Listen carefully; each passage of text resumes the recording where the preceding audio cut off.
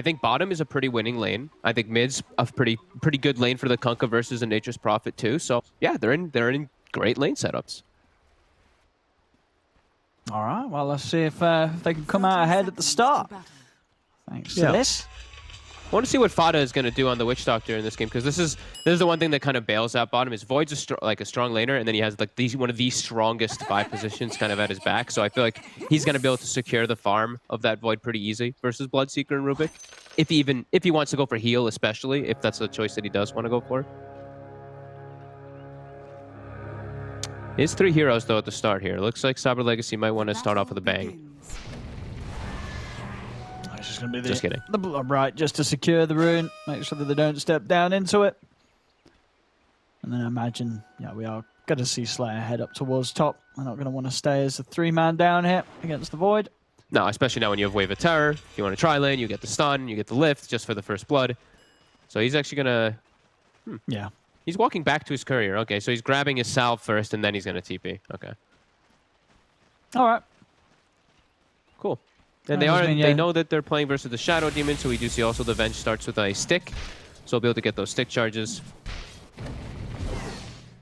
Oh, cool combo, actually. Nice. Shadow Poison plus the Cinder Brew. The poison actually pops it immediately. Oh, that's true, actually. Yeah, that's going to be quite potent, long-duration damage. Yeah, like just you don't have to commit either. That's the thing, right? No, like if he gets high points in Cinder Brew, ignite. Yeah, you just throw it from a distance and you're going to be able to get farm. And you're going to be able to push the wave in at a very low mana cost. It's only 50. I mean, this is cool. This is a cool approach. I've never seen something like this. Yeah, well, we'll see how sort of Kuman and Slayer are able to deal with it. I mean, you imagine with this build as well, what as the Brew you're going to max Cinder Brew. I think he might. Yeah. I mean, how sort of the numbers look on that spell when it scales up? I mean, it's a lot of damage. Not bad, right? Doubles the damage. Very low level cooldown. 1 to level 2.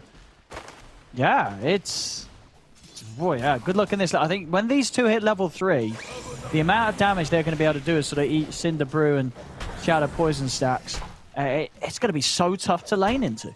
This is really, really cool, actually. I'm very curious to see how it's going to work out for them. Because now it's like, you know, your Venge Drow is very good versus these melee heroes, but he's not really acting as a melee hero because he's just pulling the creep wave back and just throwing a brew onto them. Cool. Yeah, well, we'll see how Cyber Legacy deal with this. I don't think this necessarily sort of would have been something they would have thought of when they saw the heroes straight away. As I mean, I guess we just don't see a lot of brew really. That's sort of the major factor in this strat coming out. Or much 4 position. Yeah, it's mostly the brew, but it's or much 4 position Shadow Demon too. This is like this is a cool little ignite thing. So I've seen it with like Wave of Terror and stuff like that, but yeah, just being able to use it with a literal full spammable ability. Yeah, you're always going to have it. And now they'll get this creep wave round. Milan's going to drag it over, force Kuman to find somewhere to farm this big wave that he's got coming into him. He's going to try and take it past the tower. This is nicely done. So we'll be able to make it meet the next wave coming out. So this is actually a good response here from Kuman. Yeah. And this is cool, though, because now it's like the biggest problem with Brewmaster, I think everybody knows, is that he just can't lane. He's like one of the worst laners. This kind of just removes that entirely. He already has an urn finished up on top of a Windlace when it's coming out. So he already has his lane. His lane is accomplished. So looking real good. He's already level. He's got the 2 points in the Cinder Brew. Take a glance at the other 2 lanes. Mid's going pretty even, as good as you can expect for Borening here, yeah. Yep. And then down bottom, Skeeter. Not seeming to feel too much heat at all from Blizzy. He's farming very, very nicely down there. Yeah. I guess between the 2 of them, yeah, the Fade Bolt's going to be a little annoying for the right-click damage, but in terms of actually getting hurt, you're not going to. Timewat's always going to save you. Top lane, Kuman, a lot of stacks on him. See the Cinder Brew out? I mean, that's going to be a lot of damage. He's dead. That is a lot. He is absolutely dead. He is absolutely dead. Yeah. And they've got a point in the Thunderclap. They can chase for Slayer as well. He's even got the Urn Charge if he needs to use it to get that extra bit of damage down on Slayer, and there it is. I mean, this lane up top... This is so cool. I don't think they were prepared for it because it's something a little new. And even if they were, I don't really see how these 2 heroes, the Venge and the Drow, are going to deal against this aggression. This Milan 33 Brew SD combo has taken over the lane, and I don't see it really ever getting any better for Cyber Legacy. They're clearing the waves so fast because this Cinder Brew plus Poison. Like, they already have another, like, full creep wave Kuman You see misses they're in behind the tower. 5 CS. Yeah. 33 even starts just walking towards him. You know, he It's is scary. ready to fight. It's scary as well too because there's a Nature's Prophet on their team too. So it's like you TP back up and PTPs, you die. Oh god, right? Like so it's definitely very scary for Kuman at the moment. Again, 33 trying to grab the creep wave round, just forcing Kuman to CS under the tower. I mean, they're going to start making moves towards him. Couple of bits of poison, Cinder Brew, as well as a few stacks. I mean, just look at the damage. He's already going to be down to half HP on this Drow. Kuman, he's got a few tangos to help him cut through the trees, but 33 staying on top of him. The stacks won't quite get the 5th, though. They're still with the urn, and they're connected. Actually, they clips him on the side of it. I mean, it's enough. They just blow up the Drow again. This top lane it must be a nightmare to try and lane into if you're Cyber Legacy. And imagine being met by this lane after you'd lost game 1 in that fashion. You know, you come into game 2, you're trying to farm as this Drow, but you have this SD Brew run and you're down. Slayer does kill the bounty rune at least. Will of course pay with his life, but wow, yeah, this is something. And the urn actually also pops the Cinder Brew is another thing too, so that's why he went for it. So he's just earning the Drow and just non-stop throwing Cinder Brews on him. She can't run. Yeah, and it's only going to get worse. I mean, he's about to hit level 5 with this wave. See if he gets the 3rd point in the Cinder Brew, 33. He has to jungle on Kuman. He can't actually lane. No, absolutely He's level not. 3 jungling. That is not a good start for the Drow lineup that we said. Can't make too many mistakes versus this very strong scaling draft of Mudgolems. Yeah, I mean, when you sort of look at the other lanes, you've got Magical on his Kunkka, obviously, and Blizzy on the Bloodseeker. Are either of these heroes having a good enough time that could start to have as much impact as sort of the top lane from Mudgolems is having to sort of relieve the Drow some pressure by making their own plays elsewhere? I mean, they're having okay games. The problem for me is that when you pick a Drow Ranger, it's like I remember like this famous thing that people always say is like the Cinderin quote, right? When it's an Alchemist game, it's an Alchemist game. When it's a Drow game, it's a Drow game. You can't just have this Drow be out of the game and hope that your others will bail you out. A level 4 Drow at this time might be too much for Kuman to come back in no matter how well his side lanes do. I'll see it. Top 33. He's going in. Kuman will manage to slow him down. He's hit the level 6. 33. Yeah, Yeah, he's ready to dive. He's ready to dive if he sees an opportunity. Slayer getting hit by the poison. 33's running around. Slayer, he's walking straight into the trap of 33. They do have Bignum here, but already the Primal Split comes out. Magical's turned up as well. They will be able to find the Shadow Demon. In fact, the Rum is keeping Slayer safe. They're still trying to focus down Kuman 33 as he commits on to move the Primal Split, but it's not enough damage. Slayer is running. 33 will find him. Can he finish him? Magic Missile's already been used. 33 trying to run, but they've got 4 heroes running him down. He's into the trees, does have a TP available if he wants to try and go for the quick escape. So space certainly created because bottom lane pressures onto the tower and they were able to kill off the Bloodseeker whilst this was all happening up top. Alright, that's huge. He just wasted so much time with these heroes that they're able to now even pressure on mid from Elon. Like you said, bottom, they're able to get pressure too. I mean, they're still hunting.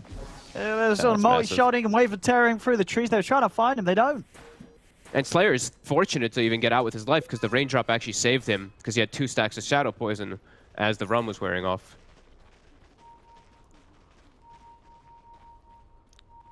Kuman does live though. That's the nice thing, but doesn't get a whole lot out of it as he's still level 4.5 and still just has to sit in the jungle. No, he's going to have to leave this lane for what sort of supports to try and soak up some XP. It's 33 ready to play aggressive as soon as Milan's back in the area. Milan heading straight over to the top. He's going deep down bottom. He really, really, really wants Fada. He hasn't got any mana for anything after the X-Mark. Yeah, it's very... I mean, he really wants him, though. I mean, Blizzy and Slayer are moving in now, so he has got some backup. And he's very tanky with his phase boots, double bracer. He's very hard for them to kill him. So he can keep the wave pushed in. Fada's going to go for the TP out. Knows that this is not a place to stick around. So again, just avoiding these moves from Cyber Legacy. But Cyber Legacy should still be able to get at least the tier 1 tower down there. Yeah, they might look to defend. There's a brew split in 20 seconds. Yeah, they're going to send 33 down. Still hard to deal with Magical. Too. They have really strong team fight with this brew split. And yeah, like you said, Magical has still very limited mana. He only has just the boat or just a torrent plus X. See what the plan is. They're going to rupture 33 under his own tower. I mean, is 33 going to get any backup? That's the question. Flutter's heading over. 33 is going to get the chance to get the primal spin off. Turns over towards Magical. Paralyzing cast as well, bouncing between the two of them. Maledict down onto Magical. He's going to have the buff off the boat coming in, but it's already surely too much damage, as this with the Maledict should pop him, and it does. Magical's gone. Time has been bought for Skeeter to join the fight, as well as Boromir TPing over. The Blood Riot will be avoided as 33's off to the side. Cask out again. Bouncing onto Blizzy. Bignum's chased down into the trees. The Cinder Brew and the right clicks finishing him off. They'll drop the Chrono, pick up a third here as they've locked down Blizzy. He'll pop. 3 dead on Cyber Legacy as they really wanted to hang around that tier 1 tower and try and find something, but they just weren't.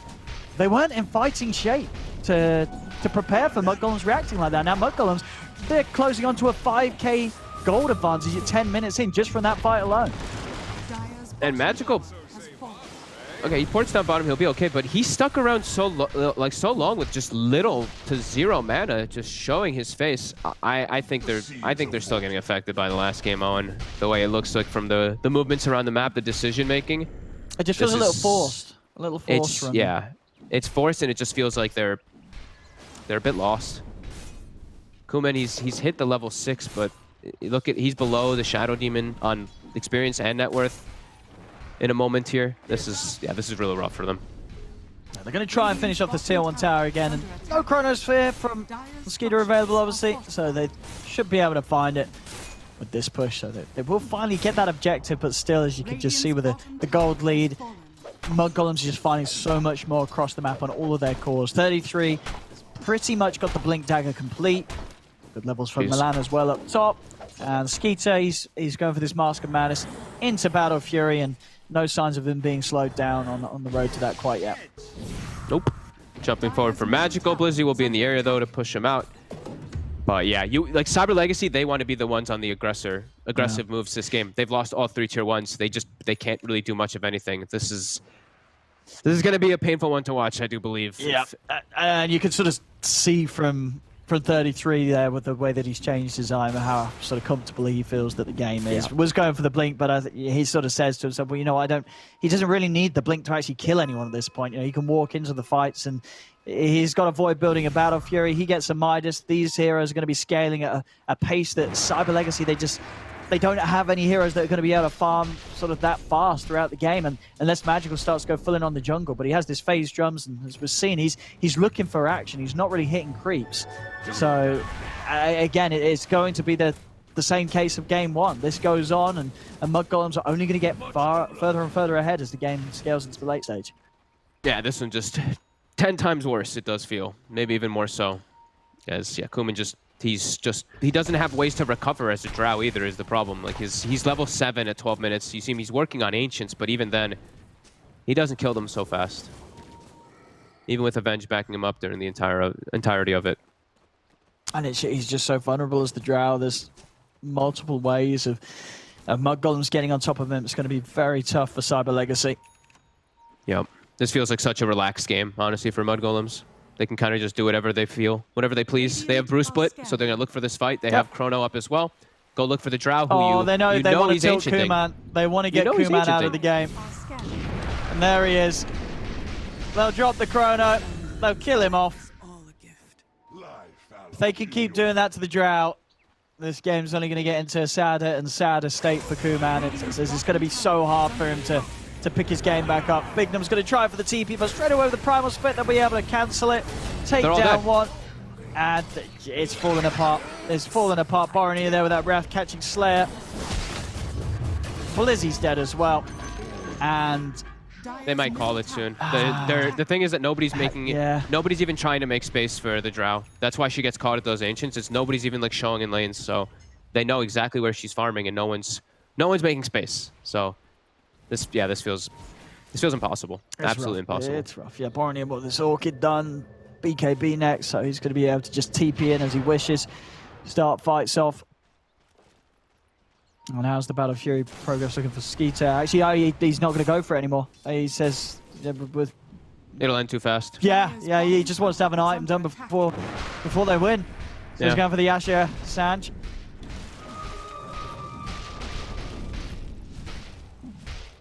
They're gonna Cyber smoke, Legacy. so this is okay. They have to get something. This has got to get something. They It's used all gotta get those, something. right? Every single ult was used by Mudgolems, so they have to be able to get something out of this. If they don't win this, if they lose this fight, I think that's where we see It could the be a bit GG call, awkward, but yeah. Who are they see. going to find? Maybe they get Milan. They found Milan. Here with the Torrent.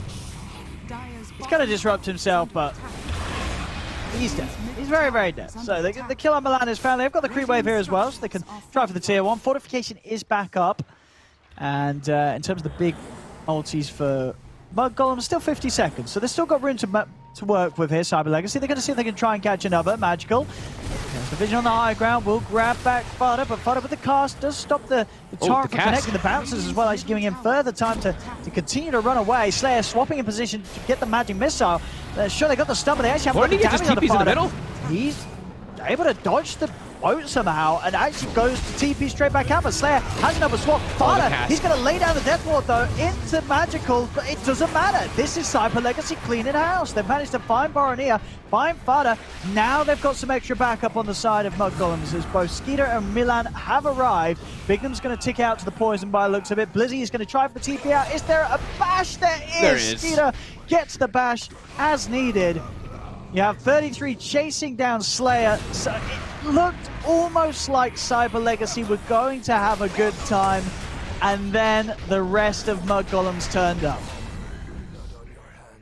It looked okay for a moment when every single ultimate was on cooldown, and when Boranika TPs into the middle of 4 heroes, but then the Void shows up, and they don't even get the tier 1 tower mid is the important thing. That they did smoke to try to make that pressure play to get it. They barely get any damage on it at all.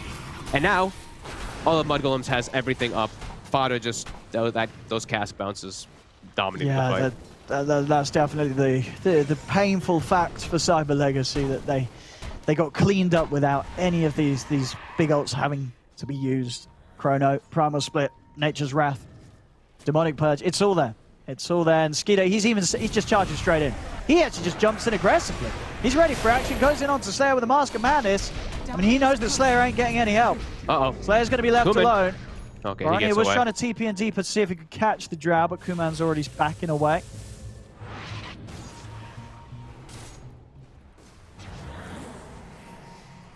A 10k lead, 16 minutes in. Only Magical having any sort of farm. Milan on the Shadow Demon has more farm than Blizzy and Kuman right now. Oh boy, yeah.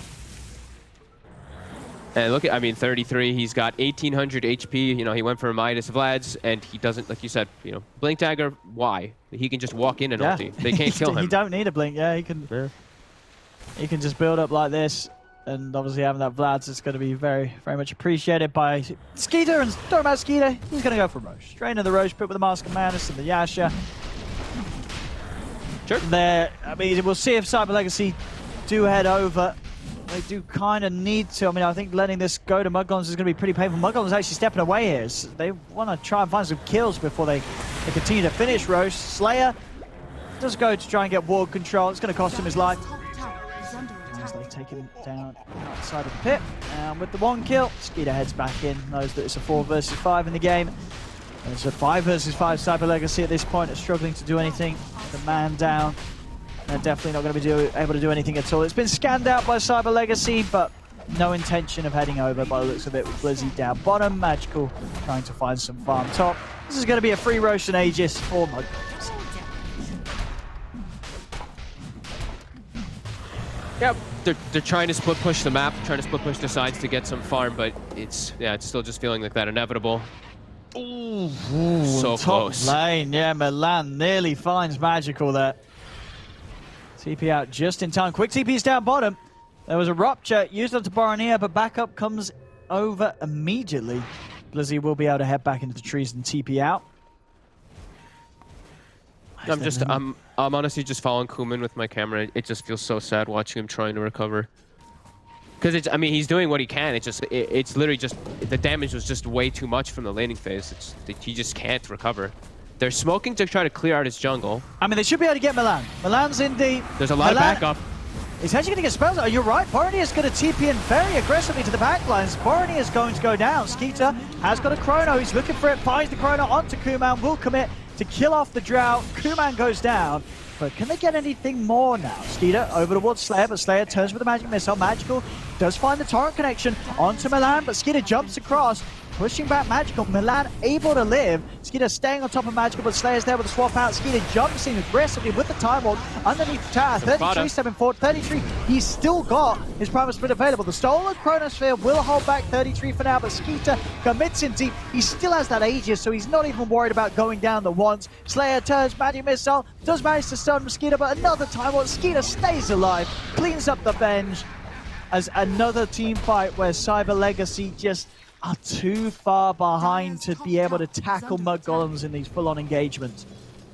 Yeah, they keep getting Boraninka, though, who's TPing right in the front of everything there. But yeah, you're really seeing, I mean, 14,000 gold lead at 20 minutes. You see how much damage it does. It's just easy for Mudgolems, all these fights. Dire's top tower is under attack. There's tier 2 towers now under potential threat. There's the top wave being pushed all the way in. I mean, is there any sort of item that might change things? I mean, BKB is kind of close for Magical. He did lose the Courier, though, with the Ogre Club and the Mithril Hammer on. A bit of time is going to have to be waited upon there. There's a Blink Dagger done for Milan, so... It all helps, you know, it helps Magical. It just... Nothing can help Kuman. It just... He needs just an injection of 6,000 gold. That's what he needs to help. All these other items from his teammates just don't make him have a better time. They're going to need to have some serious base diving coming out from Mudgolems to give them that sort of opportunity. Yeah. But Mudgolems, we saw from game one, they've been playing it very sensible, very safe. And if anything, this game, they are playing it faster because they know that they can just get away with it. Skeeter jumping across, they're looking at Magical. Hold back Skeeter, but the Bloodbright combo not quite there, so he's not silenced. He's still able to jump in onto Magical. Boat does hit, but Skeeter's going to stay hot on the collar of Magical. The triple bash is coming out there as Magical's trying to run. Skeeter's going to continue to chase. Disruption will buy time for Skeeter to get in position, take out Magical. As Magical will fall, 33 pushing back Blizzy with the Primal Split. 2 dead yet again on Cyber Legacy, 23-7.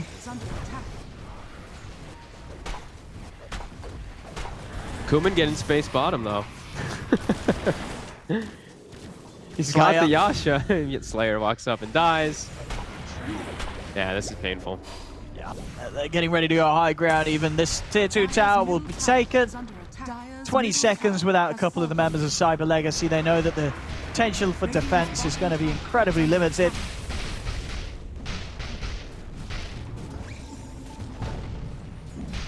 Just trying to poke at Skeeter, but with this SMY Ultimate Orb, and he's just 1,000 gold away from having a full Skadi. This is just going to be such a tanky, faceless Void, and they just do not have the damage to kill them. I mean, even Magical, the most farm right now, obviously having his drums and BKB, it doesn't really do too much damage. He's tanky, but when it comes to actually being able to deal with, you know, sort of fighting into these very farmed carries, you're nothing more than sort of the burst from the Tidebringer and the boat. Yeah. Borning here. He's got BKB these times around, though, for them to, when they try to commit on him. They get the lift, though. Yeah, boat coming in, and they get the kill. They get him. I mean, he has been playing pretty well, Borony. You know, of all the all sort of the team, he's been the one that's going in, finding himself on the front. But it does sort of feel like he's been playing that way because he probably just doesn't care. He's like, you know what, we're winning this game so hard, I'm going to go wherever I want. He's probably like, it doesn't matter how much I die. My team, like this game's over. My Void's free farming. All right, we do have the lift. Cancel the Death Ward. Maledict and Poison Stack on Blizzy won't be enough to kill him, so Blizzy will live. And Skeeter, yeah, this creep wave is going to give him the Skadi. And also very close to having level 18-2 on the Void. We look at sort of the leveling situation of Cyber Legacy. Don't look, don't do it. I mean, Magical 16, but yeah, you look at the Drow, Kuman level 14, still a long way to go, a huge gap to close. Fada also able to find a Courier on the way back there. Himself the Courier snipe onto Magical, but of course Magical did manage to get the delivery done, so he does have the BKB. Okay. They do still have like decent high ground holding with like the Bloodbright and the Rubik Fade Bolt spam, but it just... Is Kuman ever going to be able to actually hold his ground versus this Void who has double his net worth? Yeah, I mean, Skeeter jumps in and Chronos the Drow. Obviously, there is the swap. It has to be careful of the swap. Slayer will be able to save. We'll see. Big Num left behind. Skeeter is going to find Blizzy. Blizzy going to try for the TP out. He's going to get the bash on the first hit there, Skeeter. As Blizzy's dead. So is Big Num. And again, just finding these kills without having to really commit too much at all. Chronosphere, Primal Split, still ready for the high ground push. Time to end it. I do believe. I don't think that they need to go back for anything else. They have the Solar Crest. Yeah, they have everything. So I think just Siege, put Cyber Legacy out of the misery of this game. Because you know that they're suffering on that side. They've got the Deso done on Boronier, so extra siege and push to end this game. See what they can find here. Silence out, defensive disruption. It's time for Skeeter. He's going to play a little safe here, jumping back, not wanting to try and commit with the Chrono. Torrent does find fodder.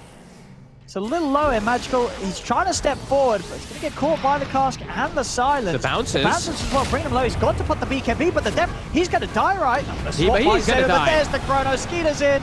Finds the Chrono onto the three of them. Magical will go down. Skeeter turns attention over towards Kuman. They do turn with the Magic Missile, but Skeeter's just so tanky. There's no damage to harm this Void whatsoever. The Drow goes down. Triple kill for Skeeter. It's a buyback from Kuman, but they're getting destroyed on their high ground. Slayer goes down. As there it is. GG is called. 30-8, 25k lead.